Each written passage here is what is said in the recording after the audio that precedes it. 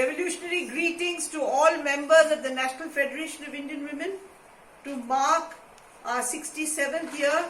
and 66 years of struggle and solidarity. भारतीय महिला federation के 66वां वर्षगांठ पर सभी साथियों को क्रांतिकारी अभिनंदन। और मेरे तरफ से ये मेरे सामने एक पोस्टर है, वो मैं आपको दिखाते हुए कहना चाहती हूँ। Friends, comrades from all over India and probably some people from all over the world, the most important thing for all democracies today and particularly the Indian democracy is that we have to now struggle to get space for struggle. In India now, it's shrunk to such an extent that even to get onto the street today is a problem, not only because of COVID-19, because of restrictions, and if we get onto the street, we are all liable to be dubbed criminals. आज मित्रों, साथियों, comrade, सबको मैं ये कहना चाहती हूँ कि सबसे महत्वपूर्ण आंदोलन आज ये है कि हम संघर्ष करना और विरोध करने के हक के लिए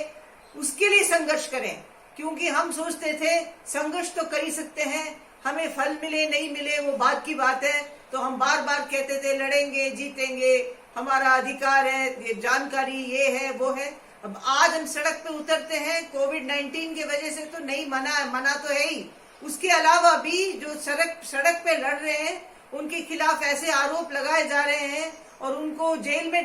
बंद किया जा रहा है। जवान बच्चों को भी, लड़का लड़कियों को भी, हमारे जैसे प्रोड़ों को भी हक मांगने के लिए हमें जेल में भेजा जा रहा है और ये कहा जा रहा है कि हक मांगना ही देशद्रोही है। Today the predicament is such that if we ask for our rights, that we struggle and we express our opinions, we are dubbed anti-national and security risks. It's a sad day for all democracies all over the world today that we have to begin where we were 100 years ago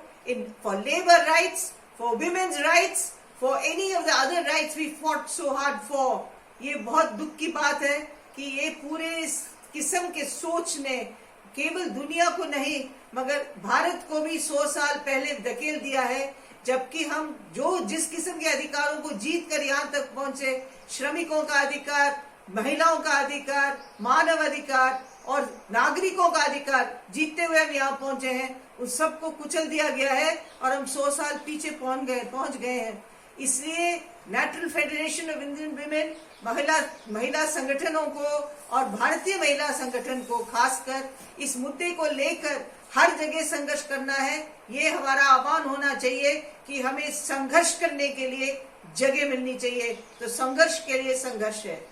Friends of NFIW, friends in the NFIW, comrades, colleagues, sisters, we have to now fight for the right to struggle. It is one of the most important fights, and I feel that NFIW in all its chapters all over India should now begin this big struggle, to struggle for democratic space, to struggle for the right to freedom of expression, to struggle for expression and dissent, and this has now become such a major and fundamental battle.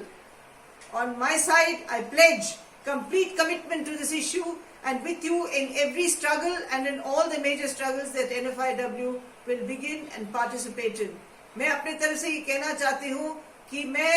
NFIW के सदस्य होने के नाते जहाँ भी NFIW इस संघर्ष को हाथ में लेता है वहाँ पे राष्ट्र में हो या वो हर राज्य में हो या जगह जगह हो, उसमें शामिल होंगी और उसमें फिजिकली शामिल नहीं हो तो मन से तो शामिल होंगी और साथ दूंगी। मतलब महिला फेडरेशन जिंदाबाद जिंदाबाद जिंदाबाद, महिला फेडरेशन जिंदाबाद जिंदाबाद जिंदाबाद। NFIW long live, NFIW long live. I wish NFIW a terribly long life, a huge life of success and struggle, many more years than it has lived so far.